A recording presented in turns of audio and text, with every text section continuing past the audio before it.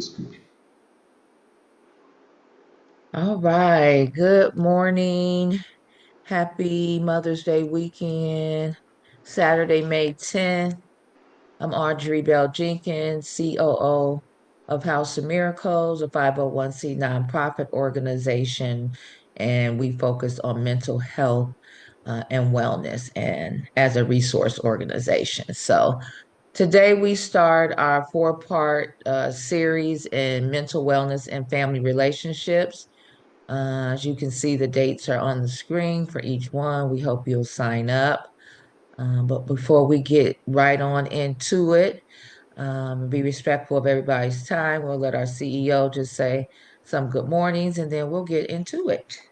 Thank you. Thank you. Again, good morning, everyone, and welcome to our four-part series on mental wellness and family relationships. So we're glad to have you all here. And for those of you that be watching it later, at a later time, we hope that you enjoy it and get something positive out of it. Please stay tuned and visit us on our website, houseofmiraclesinc.com, for further activities and events that we feel that will be positive and uplifting to the community. Again, we thank you all. Happy Mother's Day weekend, everyone. And let's get started. Thank you. All right. And feel free to chime in after the slide. We have our intern on from GCU that we Hey. hope that you all will be seeing her soon and helping us facilitate some of these social service type presentations. So, mental wellness and family relationships. See if I can hit my screen correctly. Let me move this up. All right. So, just building the foundation. Um, Building a strong family foundation involves creating a safe, supportive, and communicative environment where members respect each other, work together for the common good, and share values and tradition. It also includes establishing healthy boundaries, practicing vulnerability. Where am I at? Practicing vulnerability and seeking help when needed. Sorry, I'm moving my toolbar around here. So just building a foundation. We know anything in family or relationships is about building a foundation. So just wanted to share that first. And I'm moving my toolbar around. So, and then if anyone else wants to read, or we can just kind of share some input. Mental wellness and parenting. Parenting involves prioritizing the parent's own emotional, mental, and physical health, as this directly impacts the child's well-being and the overall family dynamics. It includes recognizing the importance of self-care, seeking support when needed, and building a strong parent-child relationship. So what I get from that mental wellness and parenting is that the parent must be in a healthy space to be able to, trickle down to the other family members and making sure that their emotional and mental and physical health um, is being a top priority, Hmm. right? Absolutely. Feel free, you want to chime in. We know that if the parent is not feeling well, it directly affects the household, whether it be mother or father. We said parent. But Absolutely. if no comments, we'll go ahead into. Yeah. So yeah, definitely. This is extremely important because of the parent's mental health and wellness uh, is not in a positive manner or uplifted rather, then it affects the children in so many different ways, like their emotional and behavior, uh, uh, self-care or their coping skills. It also their inconsistency in parenting as far as the parents. If the parents are not feeling well, they have some mental health disorders or something like that, then it affects their ability to be an effective parent, and that will have an impact on the child. Mm-hmm, mm-hmm. Okay, good point. And Nancy, if you ever want to jump in on the slide, feel free. I'll keep moving. The four C's. What are the four C's of positive parenting? Choices, consequences, consistency, and compassion. Each is as important as the next, and none should be left out of effective parenting. So, the four C's, if we just want to kind of go over this, choices. What Hmm. choices are we making as a parent?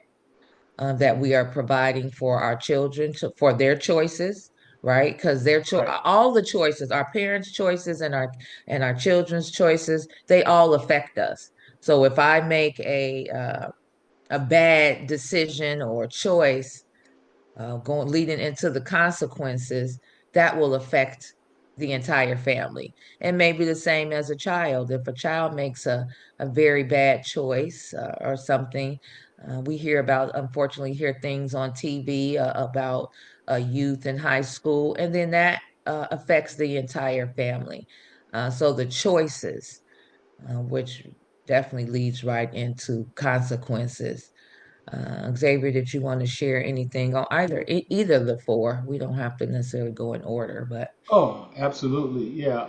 Let's just start again. You just add on with choices. Yeah. And so, as parents, our children, we're the primary examples for our children for, dealing with every finances, spirituality, education, leisure.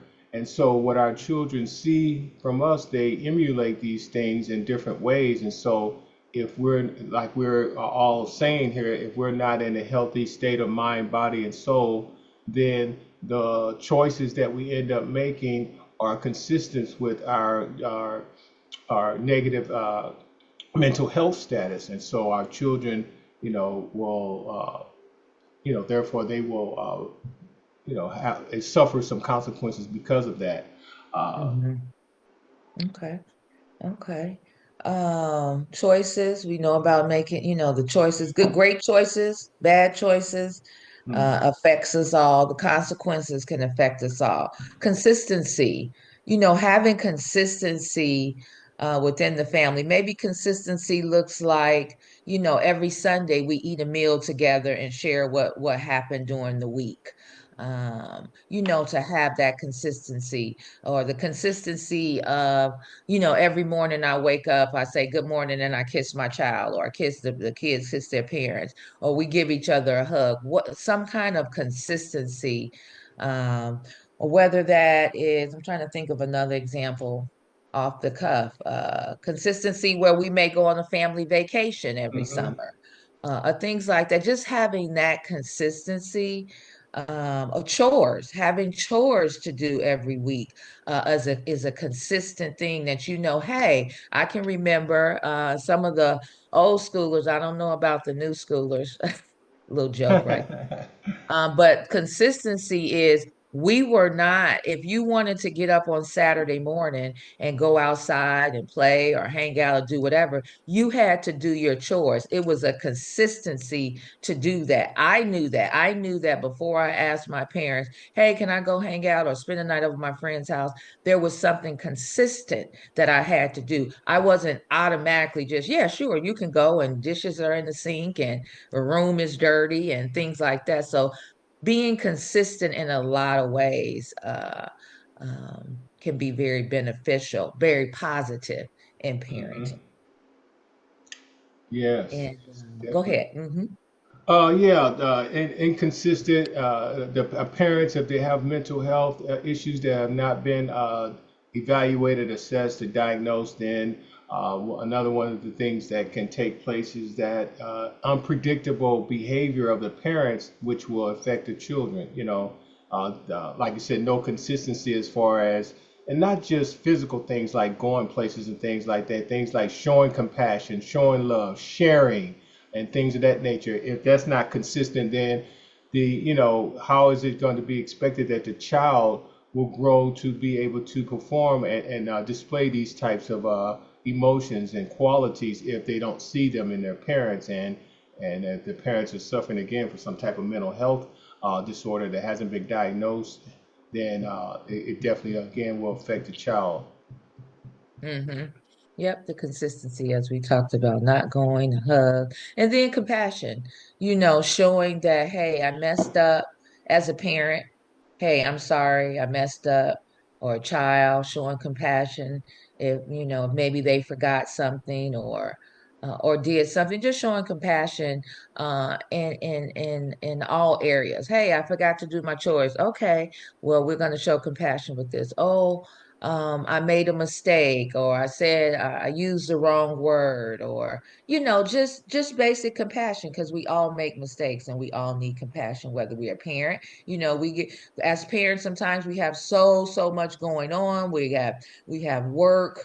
We have our 9 to 5. We got to have dinner. We want our kids this, and sometimes different topic almost that House of Miracles that we presented is sometimes fatigue and compassion. So that's another topic, but I'm just bringing it in to say sometimes fatigue or stress can limit us from having compassion. So we need to make Hmm. sure, like the first slide talked about, that we have our mental wellness and emotions in check so that we're able to show compassion. Hmm. Right. Yeah, Yeah. yeah. So that's the 4 C's: choices, consequences, consistency, and compassion. Moving on. Move my toolbar again. Um, the 4 P's of parenting can refer to different frameworks, but one common set emphasizes practice, praise, point out, and prompt. Um, so practicing, I'm trying to think of a really good example. I have a couple in my mind, but Xavier and Nancy, you can jump in. But I know praising, I'll jump around. Okay. Praising, hey, we talked about chores. Oh, great job with your chores. Great job with your homework. Great job with whatever that may be. Great job. Your 3-year-old learned how to tie a shoe, right? Great job. Whatever age.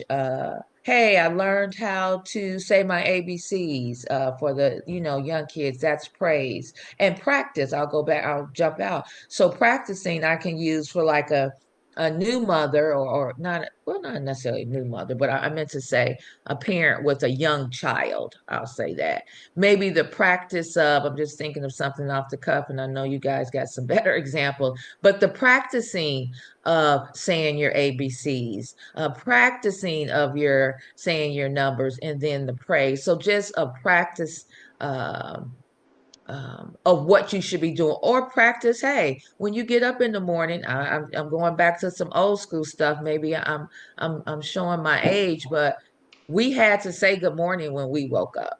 You know, when we got up in the morning and we saw our parents or our siblings, we had to say good morning. I know that's not in every household. That's just a practice that I learned at an early age of getting up and saying good morning to people, not getting up and just walking past people. You get in trouble for that in my household. But that was a practice I learned at a young age. That's good. Well, I have a question for this. So like I am also a single mom. I have 2 teenagers. I was also taught, greet your parent, when you're leaving, you say goodbye. And if, you see them the first time you see them, if you come Hmm. home, you say hello. However, I taught my kids this. But when they are with their dad, they aren't being enforced, or like, it's not consistent over there. So Right. unfortunately, they're both like 14, 16. So they gotten to the point where, they wake up grumpy or whatever. And so if there's like a lot of resistance in even just saying good morning, I'm like, good morning. Why do I have to say it? Oh my God, and then that a little bit of that attitude starts. Um, and I know that like for teenagers, it might be a little harder. It's easier if you do it and you're consistent, during their young ages. But it wasn't for us. So how would you approach that? And I'm Uh, gonna let Xavier jump in and answer, but I just want to say you're getting ready for our next session, the next one. So that's part of this, but save that too for the next one for blended families, because that's a great question. But go ahead, Xavier. Oh, that's a great question, a great thought, Nancy. Thank you for presenting that. And so, my thought on that, putting myself in your shoes, is that control the controllable. So, being that you and and the father divorced, and the children spend some time with him and some time with you, yeah, that's something that is good. That to me, that you have identified that as something that's taking place. So then that way, what I'm thinking, I put myself in your shoes, is that then the emphasis for me is that when I'm with my kids is that I may have to work a little bit harder emphasizing the practices of good manners and acknowledging elders and being helpful and being courteous and kind of those things. I may have to place, it's like a booster shot or something. Like if you get a shot or something, and then they say, well, now it's a booster shot, something to make what you already have a little bit stronger. So That's maybe like bullet three, point out. yeah, point. Yeah, so that might may help that you understand and realize that that's something that you observed is taking place, so that you will have to just work harder at trying to get some more of the wrinkles out, like earning a pair of pants or something. You may have to press a little bit longer in order for what you're trying to emphasize to them to be more effective. Does that make sense? Yeah, it makes sense. And I think what you all are talking about and what you said, you did point out, because you just said that's part Mm-hmm. of pointing out and prompting. You are continually prompting. Mm-hmm. So, not to get so much into next week, but it does, the things that does overlap is why we made a four-part series. Is like Xavier said, and control the controllable. So they don't say it over there, but the goal is to continue prompting and pointing out that Mm-hmm. when they're with you, that they're continually saying it. And Right. they'll, the consistency, as we talked about in the first slide. I love consistency, because when the consistency does not continue, that's when the breakdowns, in my opinion, come, especially, parenting. So if they know, oh, I'm at mom's, I have to get up and say good morning. And I know, like you said, teenagers, but I would continue trying to point out, prompt. Maybe you hold up a big poster board sign that says good morning. No, just kidding. But That's actually really cute. yeah, right. Hey, good morning, a sign, good morning, good morning. But and just try to maybe have fun with it and laugh. Hey, good morning, son. Love you, or whatever, just to um because and then we'll move on for time's sake. But sometimes when you go into employment or different things, you have to, those are the greetings. Sometimes greetings, if you're working in customer service, or I know we're kind of getting away, but to me, these are things that lead to growing into adulthood. You may get a job in customer service where you need to greet everybody every morning. You're at the receptionist desk or you're at the front. So these things are learning, just like quickly, and then I'll move on. We could not, growing up, and this was a skill when you think about it, we had to answer our telephone a certain way. I used to have friends in high school, they could pick up the phone. Who is this? What's that? Mm-hmm. I tried that one time and got in serious trouble. You answer the phone here, hello. You know, so as we train, it continues. That's why I say practice, praise, point out, and prompt. That's what we can do. Yeah. I just want to piggyback on. Oh, we got someone. Go ahead. Oh, admit. Okay. Yeah, go ahead. I have them. I'll do that. Okay. Um, so I just want to just piggyback again on the practice part. So again, I think we all saying the same thing as far as we as the parents, and if we're single parent or whatever, and sharing parenting duties with with with another person, then we just have to try to be the example of what we're emphasizing to our children and ourselves, because if they see us doing it, they will probably emulate that. So a lot of things, that our children do, they look at us. And so some of those things, we're emphasizing certain things. They may not want to do it, but over time, the consistency of doing it, it may carry over. And as they grow and mature, they will hopefully grow into their own understanding of why it's important to do that. And also, it will just become habit. You know, like the old saying, do something for 30 days or whatever, then it becomes a habit. The more that they do it themselves, hopefully the more that it will spread out to not just at home where they know a certain parent is looking over them and watching and monitoring for that. That's my opinion. All right, we'll keep going and we'll go back over the slides for anyone that joined, just a quick review. And we had some good feedback. The 5 R's, we went, what do we do? C's, P's, and R's. Let me move my toolbar up a little bit so I can read it. The 5 R's of positive parenting: reflection, repair, regulation. Oops, I have repair twice. Sorry about that, guys. I meant to say the 4, my bad. And we live, so just That's all right. that's okay. This is a simple way to keep expectations and demands on your role as a parent in check. Parents are an important part of your child's growth and development, but we are not everything. And I meant to say the 4 R's.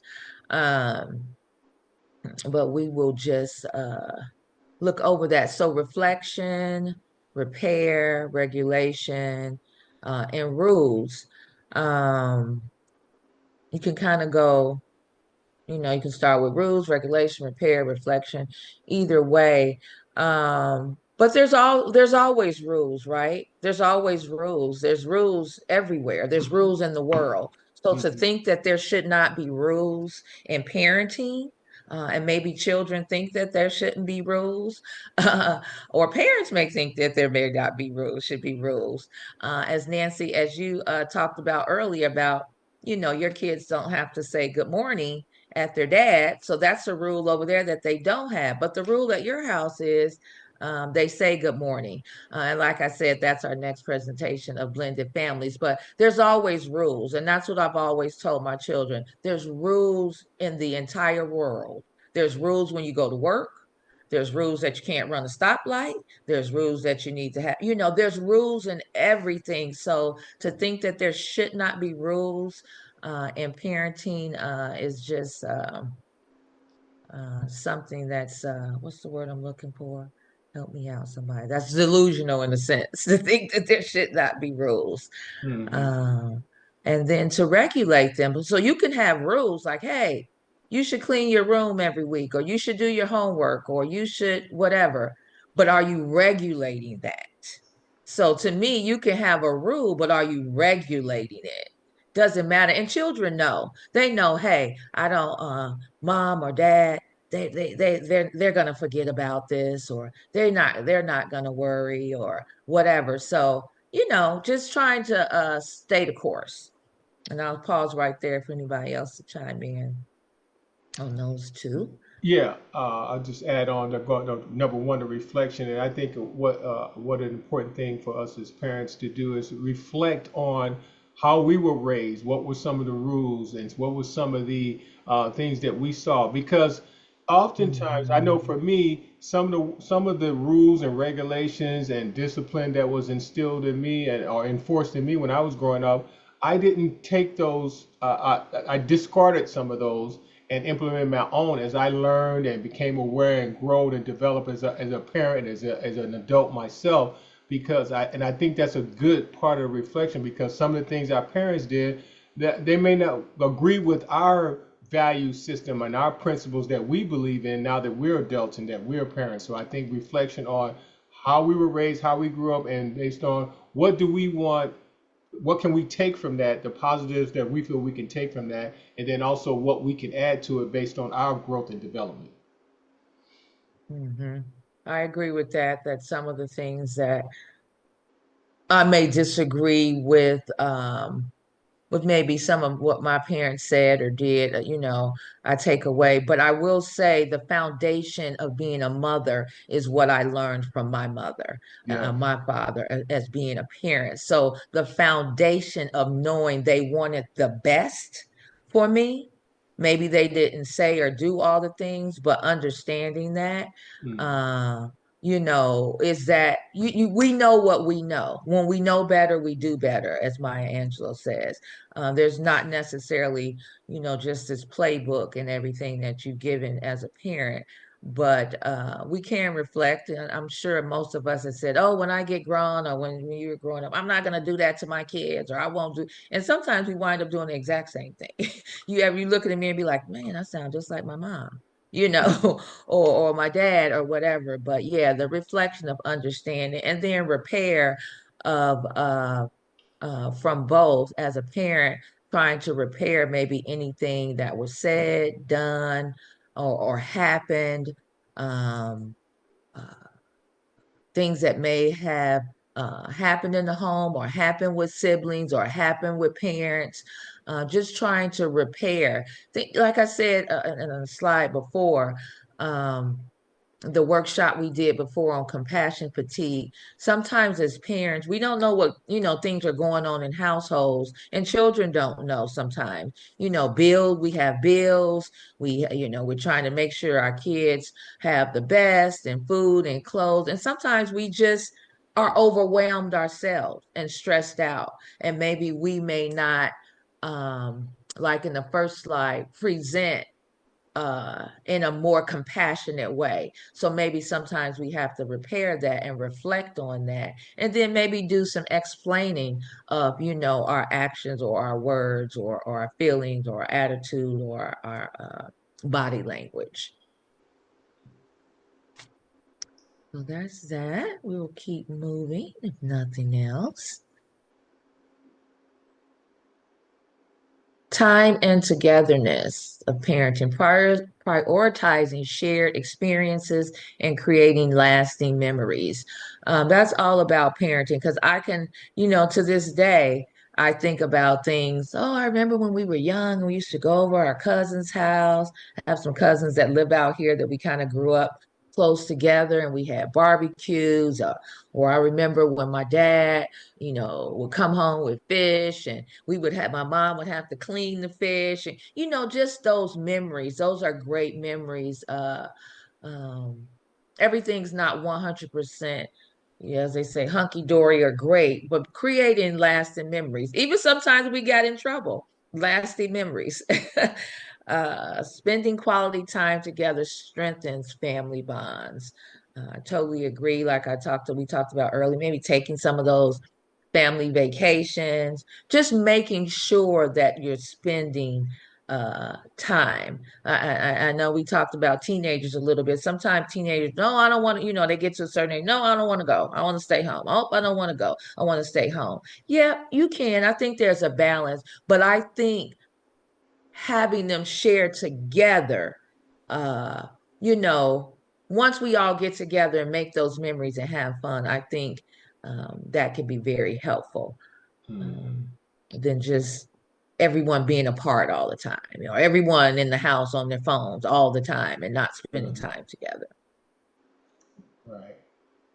Yeah, I think that this time and togetherness, you have the children, the parents, and with healthy mental health and wellness status, that they're able to foster this kind of environment for themselves and their children and other family members as well, not just the immediate family, your other family members when you're doing stuff and you're getting together and spending quality time together doing things. And so there are children, we got, nieces and nephews and stuff that are child age that will experience the same thing of our parents valuing responsibility, respect, and they see that in the parents, and so that's something that to me will just be ingrained in them. And as the children grow, this was something that would just become hopefully part of their value system.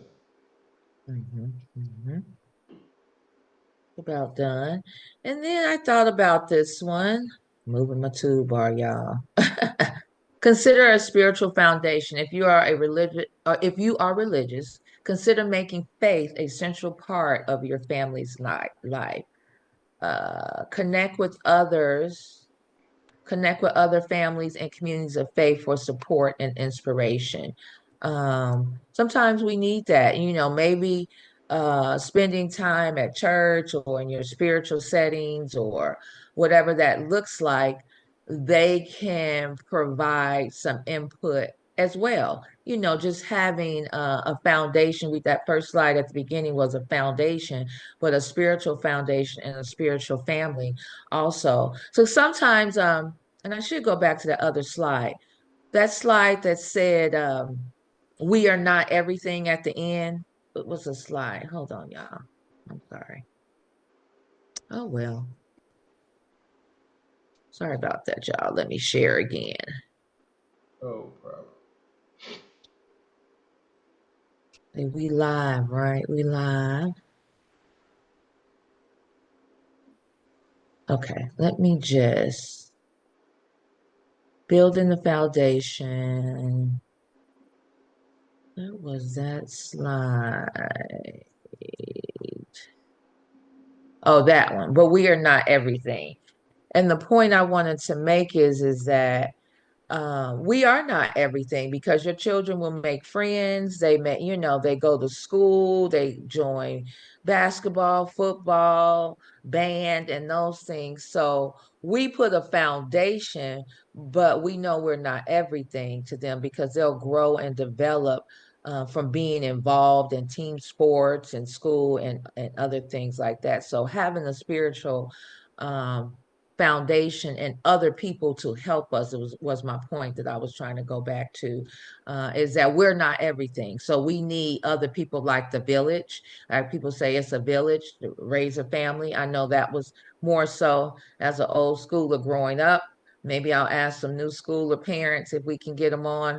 Is the village still going? But we need a village in everything, and parenting. I am, how do I want to say this? Would feel very blessed, and I know I'm blessed when there's others that can pour into my child. So Mm-hmm. maybe if they don't get it from me, they can get it from someone else. Because maybe it's just, oh, that's just mama or that's just dad. But having another foundation and community and village to help support, I think is super key. Mm-hmm.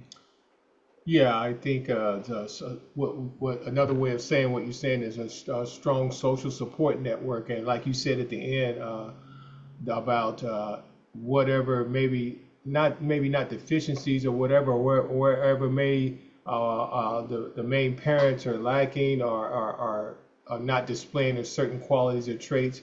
If we have a strong support network with other parents and other family members, and even a spiritual connection, then that affords the parents and the children the ability to see other examples of folks that are, healthy, wealthy, wise, spiritually, mentally, physically, and that will contribute, positively to the child's growth and development, I believe.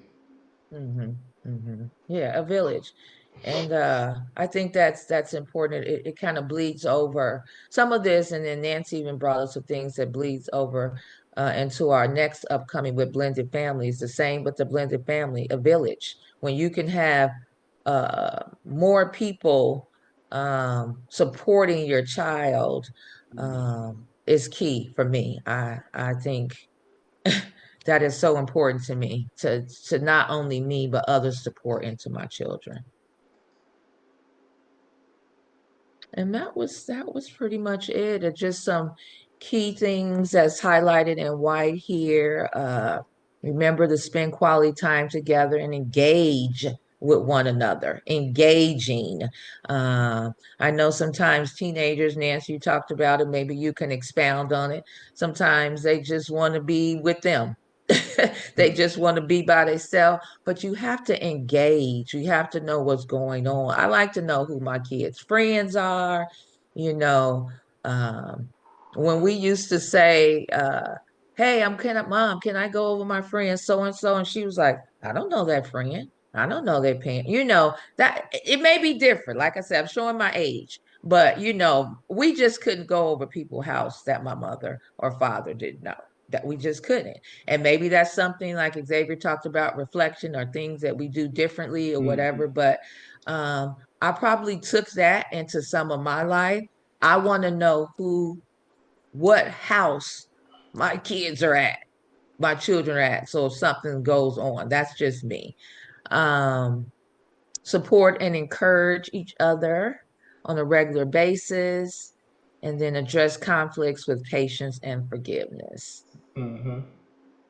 Those are just few little takeaways to just remember. Yeah, and I just want to piggyback too on what you were saying earlier about the parents and the reflection and the parents doing the best they could with what they knew in that time. So each generation, I believe we are have more access to more information, more experiences, and things of that nature. And so it helps individuals. Individually, in making choices, with the information that one and digests, from reading, from education, from involvement in some type of religious or spiritual practice. And so our parents did the best they could. We're going to do the best that we can. And then hopefully our children, from us doing the best that we can, our children will take from that. And it will grow and it will build on each generation and it will get better and better. But it's never ending. So I think Hmm. a good point. Yeah, mental wellness and parenting is an ongoing process. Ongoing. So yeah. So thank you for joining. Any comments? I'll just kind of run back. There's another slide. Anybody wanted to No, comment? I Uh-huh. had some a thought or something that I've found with sometimes kids is instead of just asking them, how about their life or their friends, just spending the time with them. So for me as a mom, like the car rides, those are usually like when I can get to chat with them, like not always right after school, because I feel like they're exhausted mentally. So it's very Mhm. normal, especially with older kids. When they get in the car, my boys are just, I think it's just like their social, um, like, and like cup has been just drained, so they kind of just want some quiet time. But later on, like a car ride to the store, listening to music, and like they'll start like opening up. And also, if you share about you, Mm. Hmm. they'll give you input, like, and then they feel comfortable also sharing. So there's just like some tricks, like not just straight going into the questions of, who they're finding out about their friends and what's going on. Sometimes Hmm. you have to kind of be a little bit sneaky about it, because they don't always want to answer those. They kind of get suspicious, like, why are you asking? You like, what, you think that my friends are not, good people, that kind of stuff. So I just spending time with them. If you do family games, just like with the young kids, it's play in the playing is when they usually start sharing, what they're thinking. And with the older kids, I noticed that those car rides are really, really good sometimes, to getting them to like talk about what's going on. I agree. That's a good point. And sharing something about you that maybe they can give some advice or give their thought to get the conversation going, making them feel empowered or, important to share in the conversation, to have feedback. Um, I like that to share something about ourselves, be a little vulnerable, I guess maybe, to get them to be a little vulnerable, to share. Yes, because I've heard that from teenagers. It's like my parents don't share anything. I never know what's happening, but they want me to share everything, So Mm, definitely be that like example to them to say like, because they do see that like if you share with them what's happening, plans, um, they're seeing like, hey, this is normal. This is what we do as a family, versus mhm, you're just asking them. Because I know that some parents don't always like to talk to the kids about family plans or include them in, the happenings, especially when they're older, they can understand and it's good for them to know. mhm, mhm. You said something, it triggered me to go back to one of these slides. I can't remember what it was. But sharing, what did you say? Something triggered me to, I lost my train of thought. I'm sorry, but yeah, just being vulnerable, I think is good and letting them share. Oh, maybe I was thinking about the consistency on one of those we talked about. Oh, consistency. So Nancy, when you mentioned about sharing and some of the teenagers that you know say they don't share, maybe the consistency, like we talked about earlier, is maybe if you all say, "Hey, I know things are crazy, but Saturdays or Sundays we eat dinner together." Maybe the consistency is when we share. Hey, what's everybody been, like I said before? Hey, how's your week or whatever? The consistency in doing that. I remember growing up, kind of the I know we call them now soul food Sundays. We wouldn't call them that, but like Sundays was a big gathering sometimes for families or cousins and things like that when everybody got together sometimes. So yeah, being consistent is, I believe, is what I kind of took from what you said. Yeah, and the consistency, like nowadays, might look a little different. I know with my own kids, we have a lot of extracurricular stuff going on. For practices and games, they fall Hmm. under different days, sometimes Saturdays, Sundays. So we try to make sure that at least, one time a week, regardless of the day, even if we're all eating in the car, like we're all eating together. So it might look different in every family, Hmm. right? Hmm. But just as long as you take that time and it might and and they know, this is our time. Hey, we're gonna eat in the car, but what's going on? And it's kind of in a casual way, but we're still keeping that, Hmm. At Hmm. least in my experience, it's like hard to always say like Saturday because I have kids in like sports and they're playing games and they're doing different things and it's not always falling under the same days. Mhm. Right, right, right. Yeah, Yeah. but being flexible. Hmm.